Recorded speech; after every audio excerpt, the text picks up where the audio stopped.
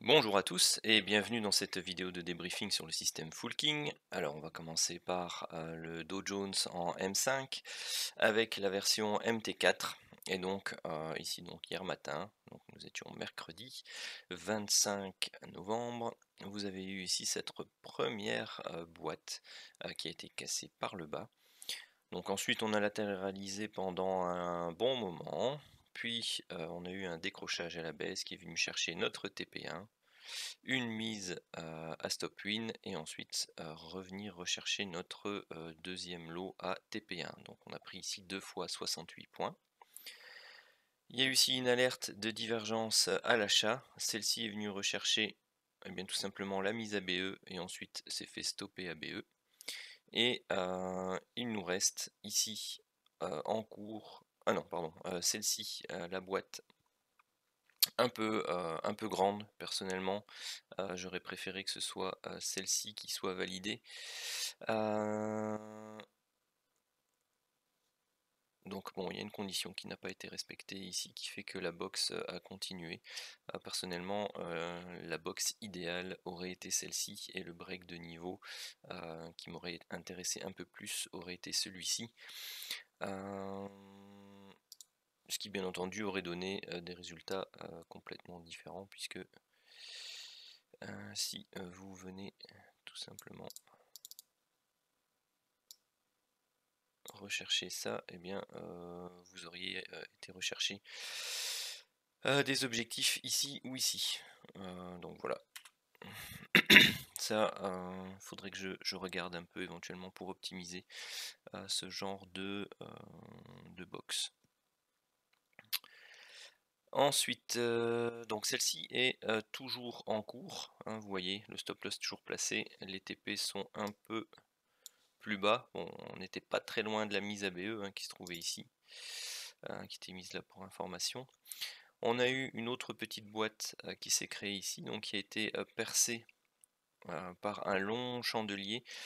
Ici j'avais tracé donc en live le canal qui était là, donc on avait déjà eu celle-ci qui était pour moi trop proche de la borne basse du canal. Si j'avais dû la prendre manuellement, à nouveau j'aurais plutôt essayé de rechercher de prendre celle-ci, et celle-ci j'aurais fortement hésité à la prendre, tout simplement parce qu'on est sur un bord de canal.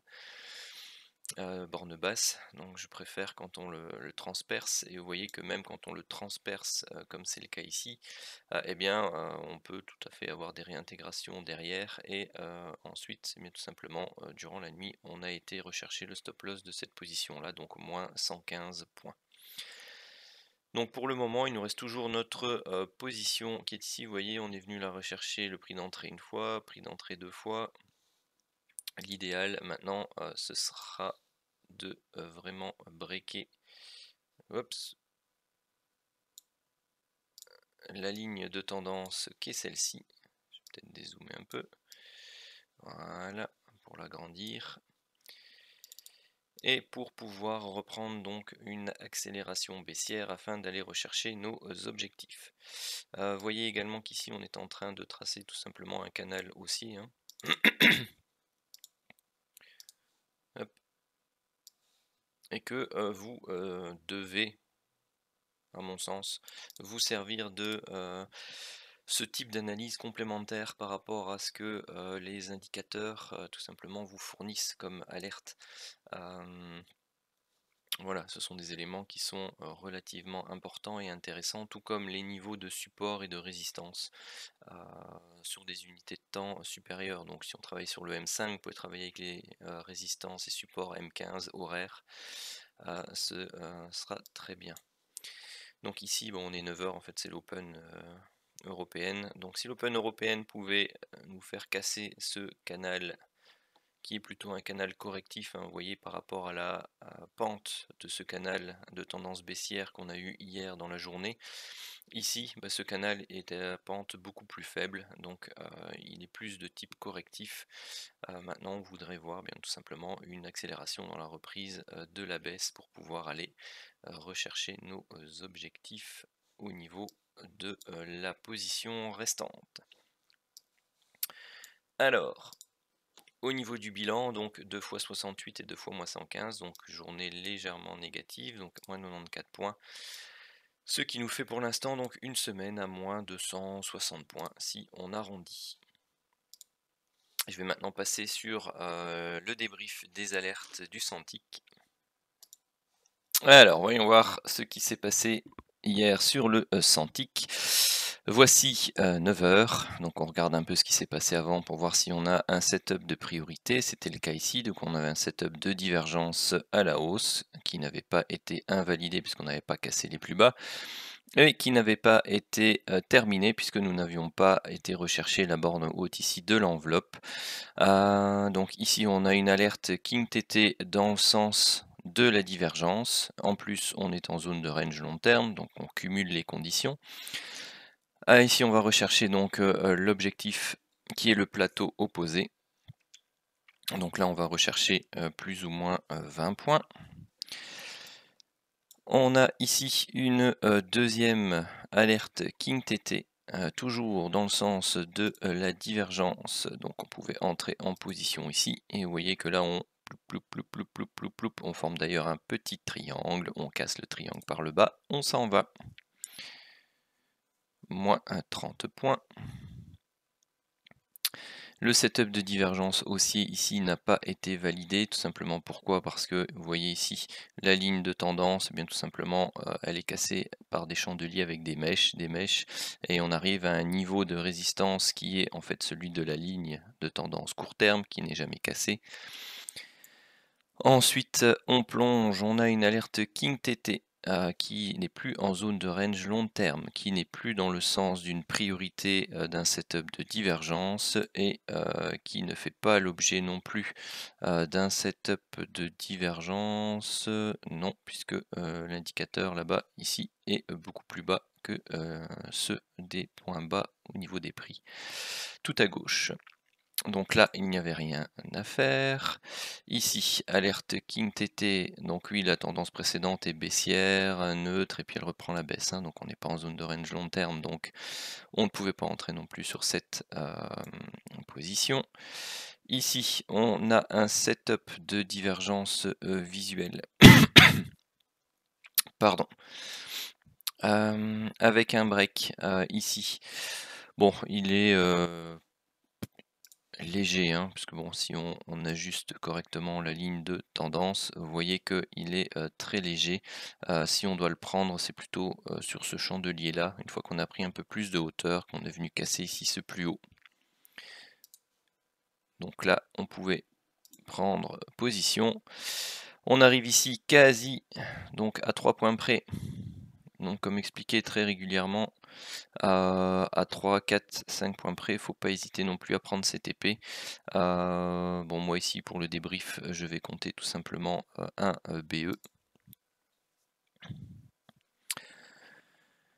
Ensuite, une nouvelle alerte divergence haussière ici.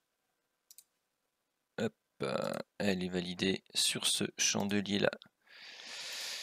Hop, ici, on s'en va. Vous voyez, donc on latéralise, on crée une zone de consolidation court terme. Si je vous la dessine, hop, ici, grisée, on la casse par le bas. Reprise de la tendance baissière précédente, fort probable. Tout simplement, on ne reste pas en position ici sur ce trade. Donc on va compter moins 45 points.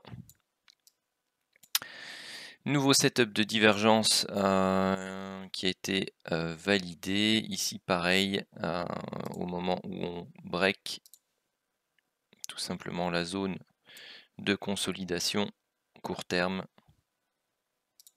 Hop. Ici, moins 35. Ensuite, bon, tout ça ici est à contre-tendance. Hop. Ensuite, setup de divergence. Alors, il y en avait deux. Donc, il y avait celui-là. Hop, si j'arrive à mettre ma ligne de tendance correctement avec ce chandelier-là. C'est assez long, fastidieux.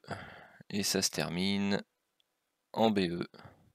Enfin bref, je vais pas le mettre, mais voilà, ici on n'est pas stoppé avec nos 65 points, donc on est à BE. On en a un autre visuel juste après, validé ici. De nouveau, on ne vient pas rechercher la ligne de tendance long terme, donc on sort à BE. On a une alerte King TT ici qui va nous donner plus ou moins 15 points, une seconde alerte King TT qui va nous donner plus ou moins 30 points.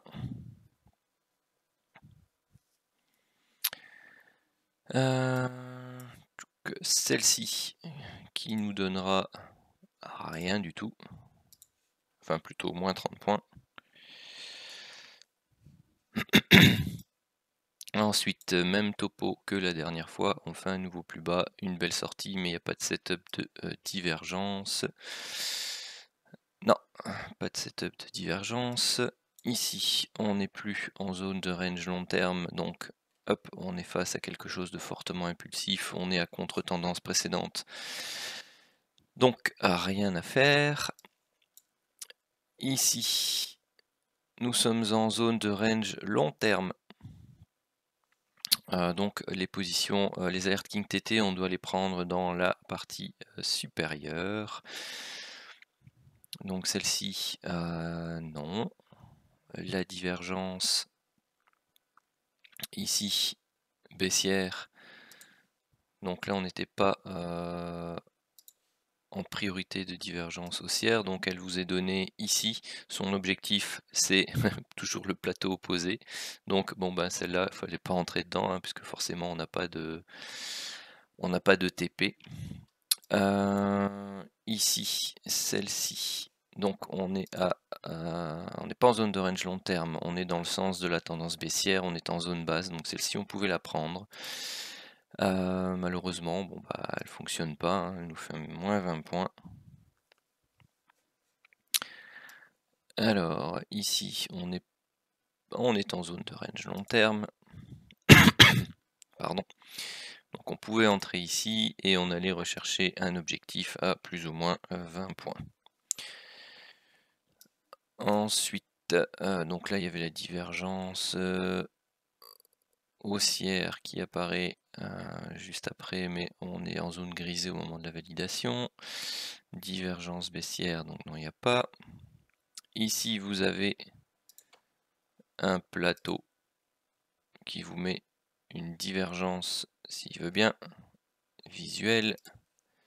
Ici, avec toute cette baisse, vous pouviez entrer en position sur le break ici, au niveau du chandelier. Vous alliez rechercher le TP1 à 25 points. Est-ce qu'il y avait un TP2? Hop là, là-bas. Il y avait également... Oui, celle-ci, elle, ce sera... Il faudra regarder un peu la validation. Donc, ici, pour rappel, on est en zone de range long terme. Ça fait le yo-yo, le yo-yo. Donc, ici, vous avez la possibilité de mettre votre stop loss ici en dessous, après avoir recherché le TP1, et aller être patient, laisser courir un peu plus votre trade et aller rechercher l'objectif 2 ici à 85 points.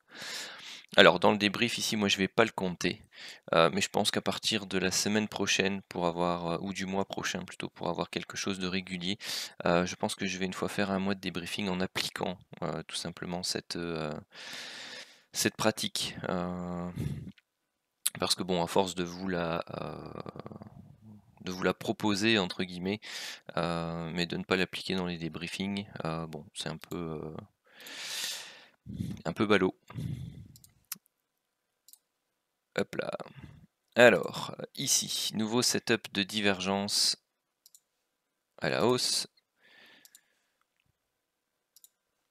Alors, ici, pour la validation, c'est un peu plus compliqué parce qu'on a toute une série de petits chandeliers après avec des mèches, toujours des mèches, des mèches, des mèches, des mèches. Et puis au final, quand on valide quelque chose, on est dans la zone grisée. Donc, celle-ci n'a pas été validée. Ici, on a une alerte King TT dans le sens du setup de divergence. On va aller rechercher ici plus ou moins 25 points. Hop, donc le setup de divergence se termine ici. Oula, il n'y a personne qui me dit rien là. Je suis à 2 h du matin.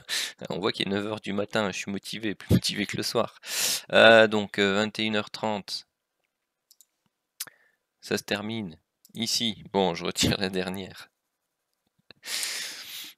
Allez, on va aller faire le bilan qui, à mon avis, sera pas positif pour cette journée. Journée un peu plus difficile, visiblement, que les précédentes. Plus 0, moins 45, moins 35, plus 15, plus 30, moins 30, moins 20, plus 20, plus 25. Donc ça fait 1, 2, 3, 4, 5. 1, 2, 3, 4, 5. Et combien de BE? 1, 2, 3. 3 BE. Bon, il sera encore un plus négatif alors au niveau.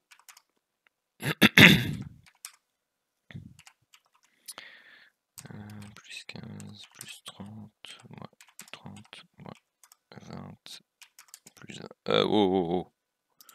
Et trop de 0 là.